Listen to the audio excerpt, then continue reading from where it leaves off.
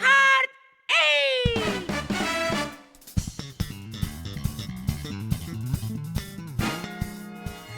Some games just don't get the appreciation they deserve in their time, but sometimes all they need is a second chance under better circumstances to succeed.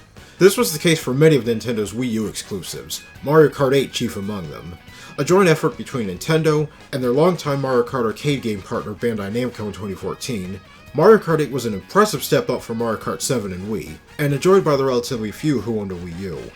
Despite being the best-selling title for the console, its sales didn't come anywhere near its Wii and 3DS predecessors, even though the game showed a lot of promise. That was until the announcement of the Nintendo Switch, which featured one title that looked familiar, yet slightly different. Mario Kart 8 Deluxe kept the race going on Nintendo's newest console during its launch year in 2017, as an enhanced port of the Wii U title that made the game even bigger and better than ever. And judging from how many copies have been sold so far, you'd have a harder time finding someone who hasn't played the Switch game.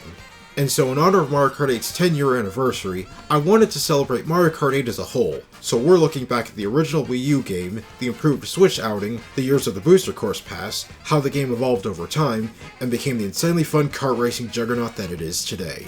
So with introductions out of the way, this is Mario Kart 8, a kart racing triumph celebrating 10 years and counting.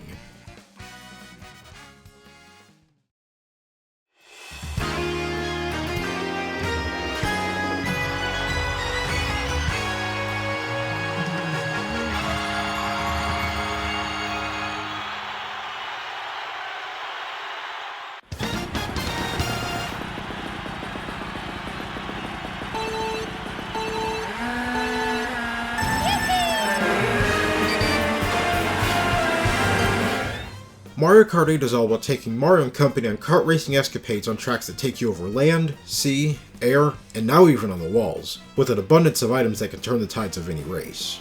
8 built off and improved on many innovations that first debuted in Mario Kart's Wii and 7, and merged them together on top of introducing new anti-gravity racing mechanics.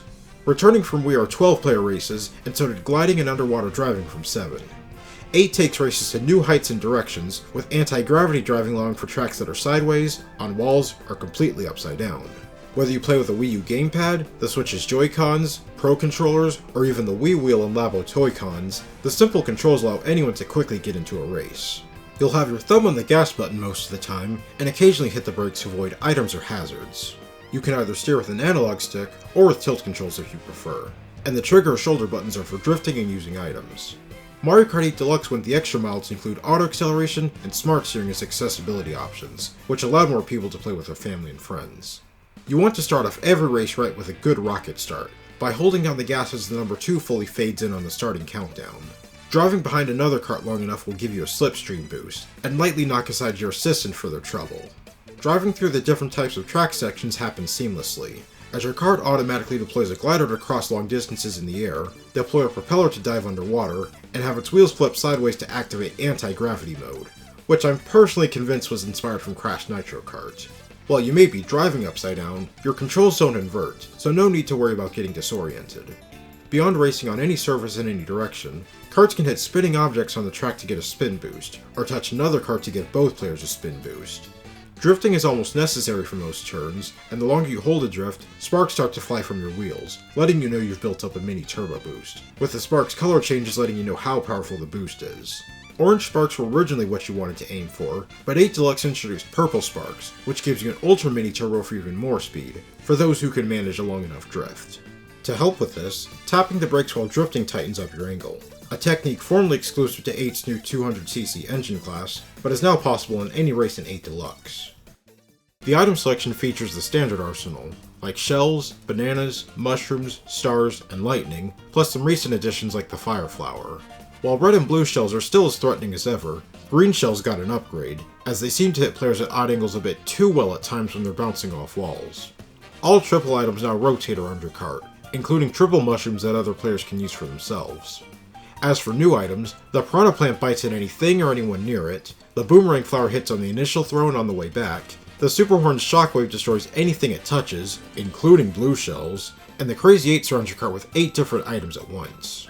In previous games, a player could hold one item behind them, then hit another box to have a second item in reserve. Mario Kart 8 originally changed this so you only got one item period, which made getting coins quite annoying when you were trying to get something to help with defense. This change was retracted in 8 Deluxe, so it's back to 2 items allowed. On top of that, as a nice nod to Mario Kart Double Dash, the double item box from that game also returned, giving players 2 items at the same time. Boo was also brought back to steal items, but only what's in the first slot, so having the second slot is even more appreciated. While falling off course is bound to happen to everyone, Lakitu is rather quick about catching you, so you stand a chance of catching up. Getting hit or falling takes away any coins you've picked up, and you want to collect 10 as soon as possible to increase your top speed. With so many old and new mechanics to give Mario Kart 8 its unique feel, every race is kept exciting, and anyone's game all the way up to the finish line. It may be hard to believe nowadays, but Mario Kart 8 originally launched with 32 tracks. Keeping in tradition since DS, the course selection is split evenly between 16 brand new tracks, introducing new locations that take full advantage of anti-gravity racing, and 16 tracks from previous Mario Kart titles, remastered with visual glow-ups that include various course elements from later games, to keep things from being too familiar. Every track is filled with long winding turns made for drifting, ramps and bumps made for trick jumps, and boost panels for going faster. There's plenty of shortcuts, a well-timed mushroom or jump at the right angle is usually enough to get through them. Tracks often change in some way between laps. Oftentimes it's the pattern of certain track segments, jumps, or hazards. Speaking of hazards, an entire Mushroom Kingdom's worth of obstacles and creatures are all over the place to get in the way, and spin out, crash, or flatten anyone unlucky to run into them. I also love the finish line banners on tracks that end with glider segments. You'll give it a little spin if you fly high enough to touch one. The game starts out strong with Mario Kart Stadium's nighttime setting, which offers a different vibe for a standard first circuit track. Shy Guy Falls lets you ride straight up and down a giant waterfall. Water Park and Dolphin Shoals feature underwater and anti-gravity driving at the same time as you come in and out of the water. Mario Circuit's layout is a Mobius strip, to resemble the game's titular number 8. Mount Wario is a snow-covered thrill ride, traversing down multiple areas of a mountain summit, and each lap is part of a point-to-point sprint split into 3 segments. Electrodrome is a techno-lover's feast for the eyes and ears. Bowser's Castle pulls out all the stops to give us one of the best of its kind so far. And while Rainbow Road is on the easier side this time, it earns back some points with its Rainbow Space Station setting. Having gliding, underwater, and anti-gravity sections incorporated with standard road racing have made Mario Kart 8's tracks some of the most dynamic and creative they've ever been, and became instant classics. The retro tracks this time around have had way more effort put into reimagining them, some to the point where they're almost unrecognizable compared to the originals, but in a good way.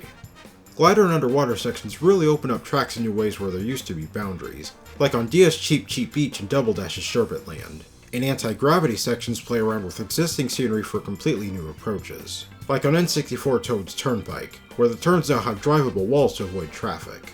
I didn't think it was possible for me to love N64 Royal Raceway any more than I did, until it came back in such a big and beautiful way. It's all capped off with a gorgeous rendition of N64 Rainbow Road, with less guardrails and given the point-to-point treatment, taking you up, over, and around the rainbow's one long lap. While not every returning course includes anti-gravity, they all got impressive redesigns, with the same level of quality as the brand new courses, so they feel way more like fresh content to experience, rather than just a neat blast from the past. A few months after the game launched, Nintendo announced and released downloadable content for Mario Kart 8. This included 16 additional courses, increasing the total number of tracks to 48, finally breaking Super Circuit's record of 40. These included a mix of more remade past courses, which brought back classics like Double Dash's Baby Park and its 7-lap Chaotic Glory, and going all out to give Super Circuit's Ribbon Road and Cheese Land so much depth that you may have forgotten that they used to be in 2D. We also got more stellar new tracks that continue to showcase how anti-gravity can make for liberating course designs, like Dragon Driftway and Wild Woods. And of course, the most notable additions were the tracks based on other Nintendo franchises. The Legend of Zelda's Hyrule Circuit takes you on an adventure through Hyrule Field and Hyrule Castle, complete with a little secret to figure out. Animal Crossing has 4 seasonal variants that alter the track's terrain, visuals, and music. Excitebike Arena randomizes the layout of ramps and mud puddles, and looks like the NES game made modern. And F-Zero's Mute City and Big Blue are all about challenging, high-speed, gravity-defying fun on 2 of the series' most popular locations. To make the crossover tracks even more in line with their source material, coins are changed to be more appropriate like Zelda's Rupees or F-Zero's Pit Zone strips, complete with new sound effects.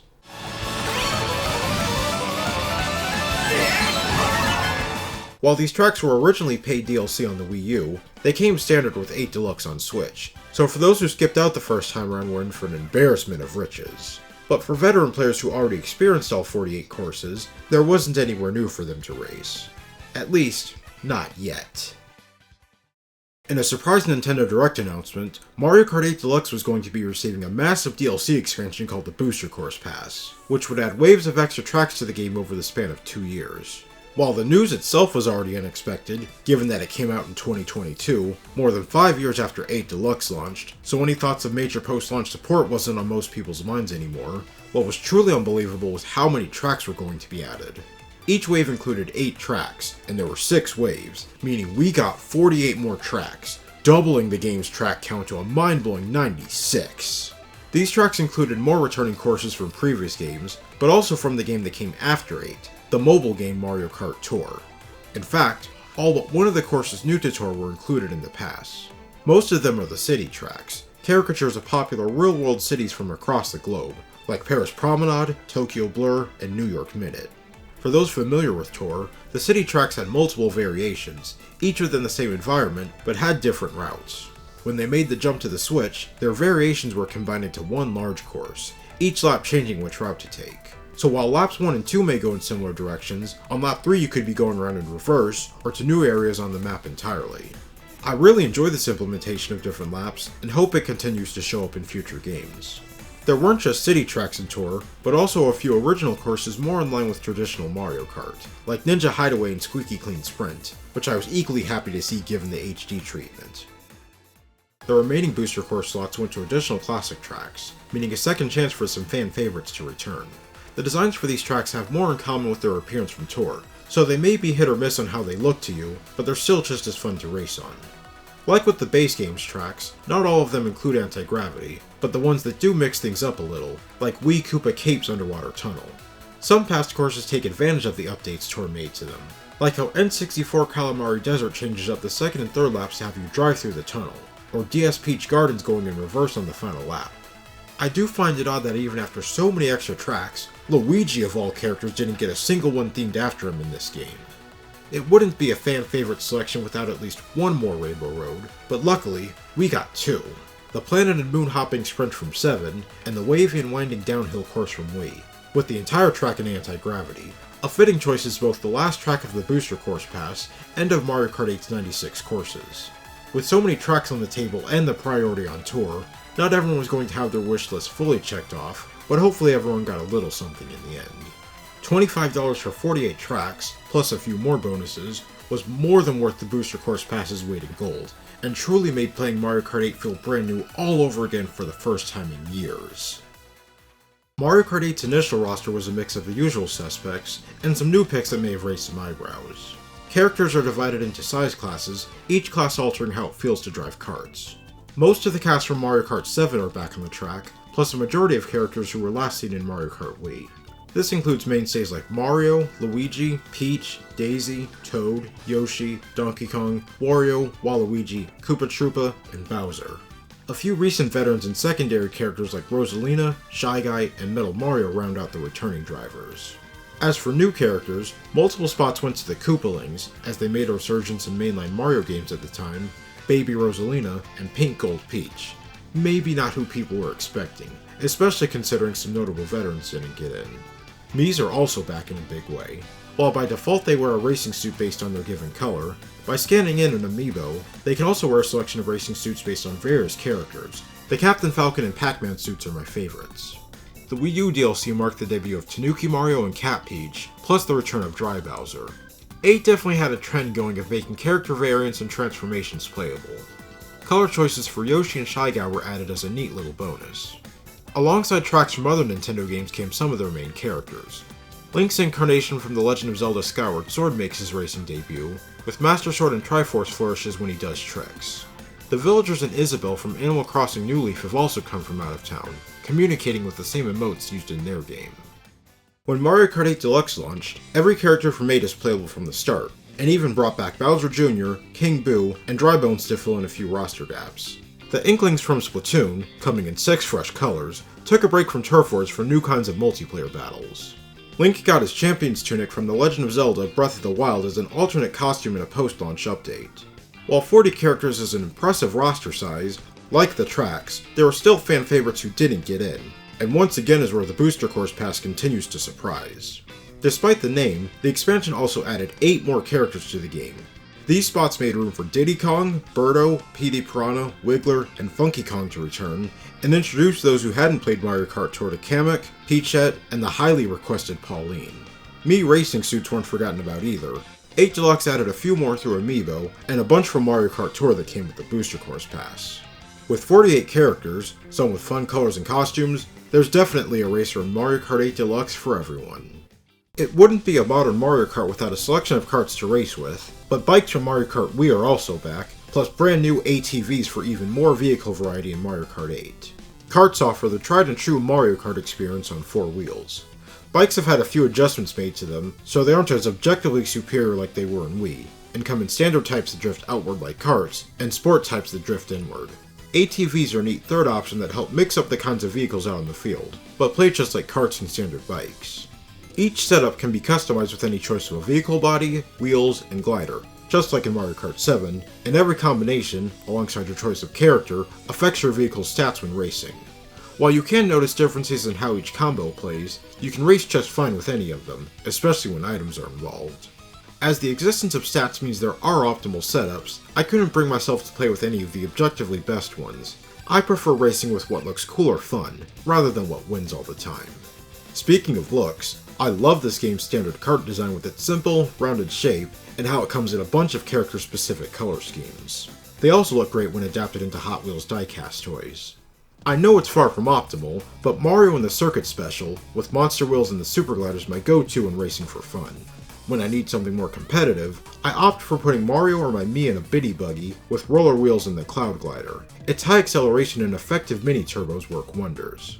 8's DLC added a few more vehicle parts, with some returning classics like the B-Dasher and Blue Falcon, new rides like the P-Wing and Bone Rattler, crossover creations like the Master Cycle and City Tripper, and even a trio of Mercedes-Benz cars, as an out-of-the-blue cross-promotion for the GLA SUV that came out in 2014. 8 Deluxe brought back the Koopa Clown Kart, a pair of Splatoon-themed ATVs, and the Master Cycle Zero and Paraglider straight out of Breath of the Wild. It would have been neat to have a few Labo-inspired vehicles when the Toy-Cons got added as control options. This is one area of the game the Booster Course Pass didn't expand on, so sadly none of the cool karts remade or introduced in Tour made it to the Switch. Regardless, there's still plenty of parts to mix and match to create something you'll enjoy driving. I know Mario Kart 8 came out 10 years ago, but it sure doesn't look or sound like it. Like all of Nintendo's franchises that came to the Wii U, it was a treat to see how good Mario Kart looked when it finally made the jump to high definition. Everything is bright, colorful, highly detailed, and highly animated. They're arguably the most impressive visuals a Mario game ever had at the time. Mario Karting has never felt faster either, as the game runs at a flawless 60 frames per second, with motion blur and other visual effects to sell the sense of speed. As impressive as Mario Kart 8 looked on the Wii U, it only got better on the Nintendo Switch, with a resolution boost from 720p to 1080p when docked to make every detail a bit sharper, and still looks great at 720p in handheld mode, for console quality graphics on the go. The faster loading times on Switch also helped reduce downtime between races. While some anti-gravity segments will tilt the camera at times to help sell the perspective of your kart against what's right side up, it's never to the point where it should confuse the player. The tracks feel more lived in with plenty of spectators, and racing signs and logos in the background, beautifully rendered environments, and countless nods to Mario games everywhere you look. The characters look and sound like they're excited to be racing, with a bunch of animations and voice clips for any situation that occurs during a race, like pulling off tricks or landing a hit with an item. They even put effort into the smaller details, like Mario's mustache blowing in the wind, or how nearby characters get startled when someone honks their horn. Coming up from underwater leaves a few droplets on the screen, as if you were wearing goggles, and characters get wet for a few seconds before drying off. Anti-gravity lights up the karts to give off a high-tech vibe, and the roads on these sections leave behind tire trails when drifting, as do tires when driving on any off-road surface. Vehicles' tires change color when they drive over dirt or snow, and turn on their headlights whenever it's dark. While the gameplay and motion looks amazing, the racing action looks even cooler thanks to highlight reels, which are replays tailored to show off certain types of moments, or the entire race from multiple cinematic camera angles, especially while in anti-gravity, to really let you take in the wild new directions the tracks can take you. You can save 6 of your favorite reels to rewatch later, or view your most recent games on the Mario Kart TV menu. Another well-deserved point of praise for Mario Kart 8 is the outstanding soundtrack. Almost every song in the Wii U game was performed by a live band, going for the jazzy big band direction established in Super Mario 3D World, and tying in some electric guitars, orchestral instruments, or synths on some tracks for different types of racing tunes. The original compositions are all wonderful, introducing a few new musical styles and cliches to the Mario Kart series. Your ears may even perk up when hints of songs from other Mario games sneak their way in.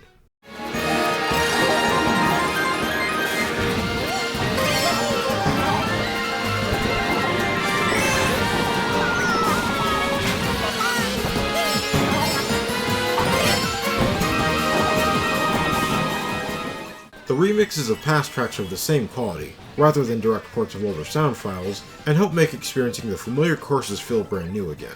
The Nintendo crossover tracks were treated with the same amount of tender love and care, reimagining iconic themes in the new Mario Kart 8 style, while still sounding faithful to their source material.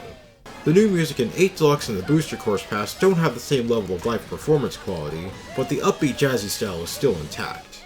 Some songs are dynamic, changing between different versions as you progress through certain areas of the track, or with each lap. The music is so good to listen to that some tracks' background elements can't help but sync up to the beat. Speaking of beats, whenever you're in first place and maintaining a considerable lead, an extra front-running beat gets layered on the background music, a neat touch introduced in Mario Kart 7, to help make you feel good about taking the lead and keep moving full speed ahead. In one of 8 Deluxe's final updates, a music player was added so you can appreciate the songs from all 96 courses, and with a treasure trove of some of the best compositions in a racing game, at least in my opinion, this was a very appreciated inclusion. As with any Mario Kart, 8's at its most fun when played with other people, so multiplayer is the priority when it comes to game modes, with a few things to do on your own. To jump right into some races, there's Grand Prix mode, the standard series of 4 races in a cup, where points are awarded by finish position, and the player with the most at the end wins. Each cup can be played on multiple engine classes, which correlate to speed and difficulty.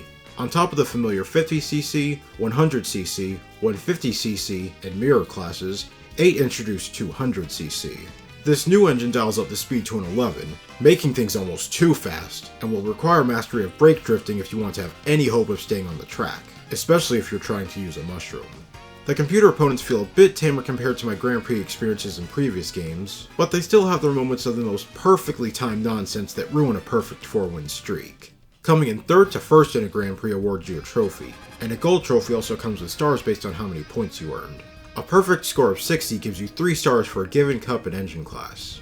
The base game's 8 trophies were cool because they had unique designs, which that continued with the DLC and Booster Course Pass cups, instead of the same generic one they all share. Winning prees with multiple characters was also encouraged while Miiverse was active, as you also unlocked character-specific stamps to use for the service. Collecting coins in every race is also something you want to do. On top of making your kart faster, any coins you have at the end of a race are counted towards an in-game total, and at certain thresholds, you'll unlock a random customization part, culminating in unlocking the Gold Glider. I did go for 100% Grand Prix completion in Mario Kart 8, which unlocks the special Gold Standard card, and did it all over again for the base game cups in 8 Deluxe, which also incentivizes completing them all at 200cc to unlock Gold Mario. I also found Grand Prix useful for learning the new tracks in the Booster Course Pass as the waves rolled out. Still have to get around to finishing them on Mirror and 200cc someday. If you'd like to get familiar with tracks at your own pace, there's Time Trials, where you race against the clock and a ghost to finish 3 laps as fast as possible. The 3 mushrooms you start out with can be used at any time, usually for shortcuts. The main goal in this mode is to beat the staff ghost times on every track. They aren't too difficult to beat. A solid racing line with smart mushroom boost is usually enough to win. Every time you set a new personal record, you can upload your ghost data to see where it stacks up against the fastest players online. Beating every staff ghost on the base game tracks at 150cc speed unlocks the gold tires, to complete your shiny gold loadout. The downloadable top player ghosts on every track, the new 200cc ghosts in 8 Deluxe, and the times on some of the Booster Course tracks put up more of a fight, so give them all a shot, if you're up for the challenge. For some open-ended racing fun with friends, you and up to 4 players can set up versus races and battles in multiplayer mode. 8 Deluxe also supports local wireless, which allows 8 players to link up their Switch consoles, and a LAN mode for a full field of 12 if you can get everyone wired up. Versus races let you decide the number of rounds, the option to play on teams, how tracks are picked, and which items show up. You earn points like in a Grand Prix, and the player with the most after the final round wins. I didn't play a whole lot of local multiplayer on the Wii U, but the exact opposite happened when I bought the game on Switch.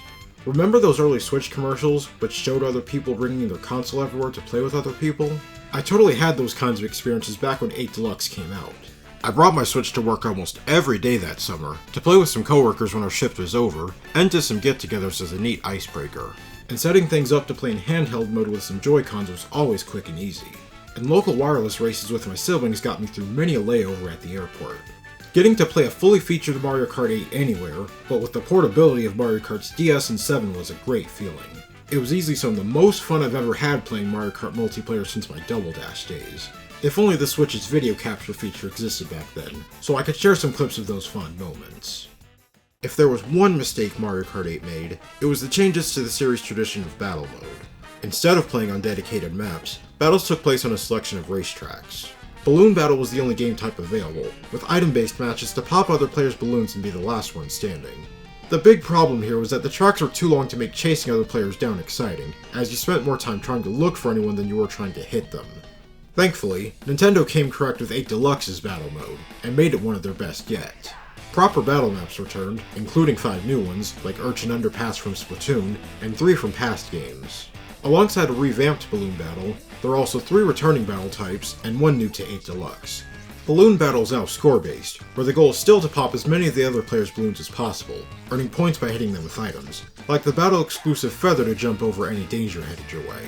Hitting another player with the mushroom boost or star steals a balloon and gives it to you. If you lose all of your balloons, you're still in the game, but lose a few points before respawning. Bob-omb Blast plays by similar rules, except the only item available are Bob-ombs, and you can hold up to 10 at a time to fire at will. Shine Thief involves players looking for a shine somewhere on the map to take for themselves, and survive a countdown long enough without getting the shine stolen from them to win. Getting hit by an item drops the shine and pauses the player's timer until they pick it up again. Whenever another player takes the shine, their timer now starts, with the shine often changing hands multiple times until someone wins. Coin Runners is all about collecting coins scattered around the map, hitting players with items to make them drop a few to add to your total, and having the most when time runs out. Finally, there's Renegade Roundup, where Mario Kart meets cops and robbers. One team plays as the authorities, whose job it is to chase down the Renegades team, hitting them with items to slow them down, and catch them with a bite from their piranha plants to put them in a cell. If all the Renegades are trapped in a cell at the same time before time runs out, the authorities win. The Renegades have to avoid capture by defending themselves with items, but must also make a break for the cell to open it up and free any captured Renegades. If any Renegades remain uncaught when time runs out, their team wins. This mode was definitely the most fun I've had playing on a team in battle mode, and the same could be said for my time with 8 Deluxe's new and improved battle mode as a whole. For some real serious, or absolutely ridiculous competition, there's online multiplayer, where you and a second player can race with anyone on your friends list, or from around the world. It's been quite some time since I played vanilla Mario Kart 8 online, and the official functionality for that game recently shut down, so I'm speaking exclusively about my 8 Deluxe experience here. Thankfully, because of this game's large player base, it seems like there's always someone out there at any time, and if you don't quickly join a game, you're spectating one in progress for you to join on the next round. Friend lobbies have the host pick the rules, like which items are allowed, such as lightning and blue shells only, which makes for some dumb chaotic fun. Regional and worldwide lobbies have ranked matchmaking, pitting you against players around your skill level. Before a race begins, everyone in the lobby votes on one of 3 track choices, or a random track. Rather than follow a majority rule, the game cycles through everyone's votes and picks one player's choice at random. The higher you place in races, the more your rank goes up through cumulative VR points, and lose points for races that you come in the lower positions to 12th place. If something about your loadout didn't work out in your last race, 8 Deluxe lets you change your character and vehicle while letting you stay in your current lobby. When your VR score is high enough, a race will change from the usual 150cc to either a mirror or 200cc race every once in a while. Online battles play by similar rules, with a separate BR ranking. While I don't experience any delay with my driving inputs, when the connections between players aren't the best, there can be issues due to lag, like the item roulette taking longer than usual to stop, or some players looking like they got hit by an item, but keep moving like nothing happened. What you'll also notice is how cutthroat a fun little game like this can be when it's 11 versus 1, and everyone's doing whatever it takes to win. There are times where you can only do so much. Getting Mario Karted happens to everyone, but it always feels like it happens to you the most, doesn't it? Employing strategies like not immediately getting rid of a coin on hand while in first, which guarantees your second item will be a defensive one, or perfectly timing a mushroom boost to dodge a blue shell just before it hits you can make all the difference. As you race against higher ranked players, both the racing and loadout strategies are reflected, because even with the randomness of items, optimal play is still a determining factor. Anyone remember the days of nothing but Waluigis on Wild Wigglers? While balance patches to character and part stats were made during the Booster Course Pass updates, the meta's just changed to whatever became the new best. Nowadays fields seem to be full of Yoshis on teddy buggies. Oh well. While I'm far from the best, I'm no slouch either, and can make some race-winning plays from time to time, and those wins can be quite cathartic when you manage one in a stacked lobby. If you'd like a different type of online competition, there are tournaments, where you play through a series of races or battles with rules determined by the host, and go for the highest score possible within the allowed number of matches. Some tournaments are officially run by Nintendo, some even as qualifier rounds for in-person competitions. I participated in a few just for the fun of it. Other tournaments I've played in were set up by some online communities I hang around. It's always entertaining to see what some of my online mutuals are made of, and equally exciting to show them what I'm capable of behind the wheel. Especially during the last one I played, when it was my name in first place at the end. Even after almost 300 hours logged between my time with the Wii U and Switch games combined, whether I'm sharing controllers on the couch or grinding through the ranks online, playing Mario Kart 8 hasn't grown old for me yet.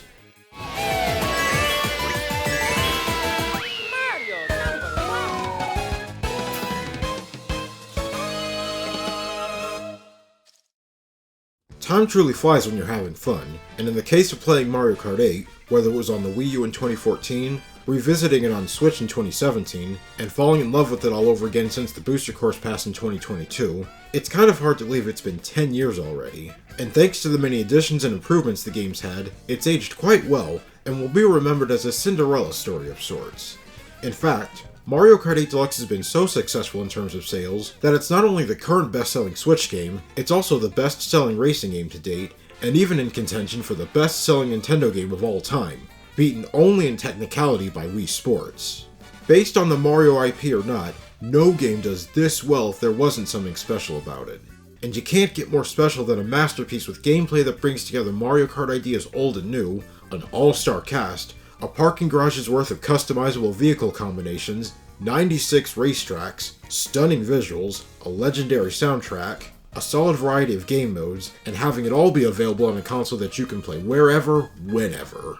I can unquestionably call Mario Kart 8 and Deluxe collectively as the strongest game in the series in my book, and need to amend something I once said. After giving it some thought while making this video, with all the good Mario Kart 8 as a whole is done, in my opinion there was enough room on the throne for two kings, so it sits at the top alongside Crash Team Racing in my book, as a game equally worthy of my personal choice as the best kart racer of all time. As always, this has been fun, and I'm already looking forward to covering another amazing racing game. So I hope you'll check out what I've got in store for next time, and thank you for watching.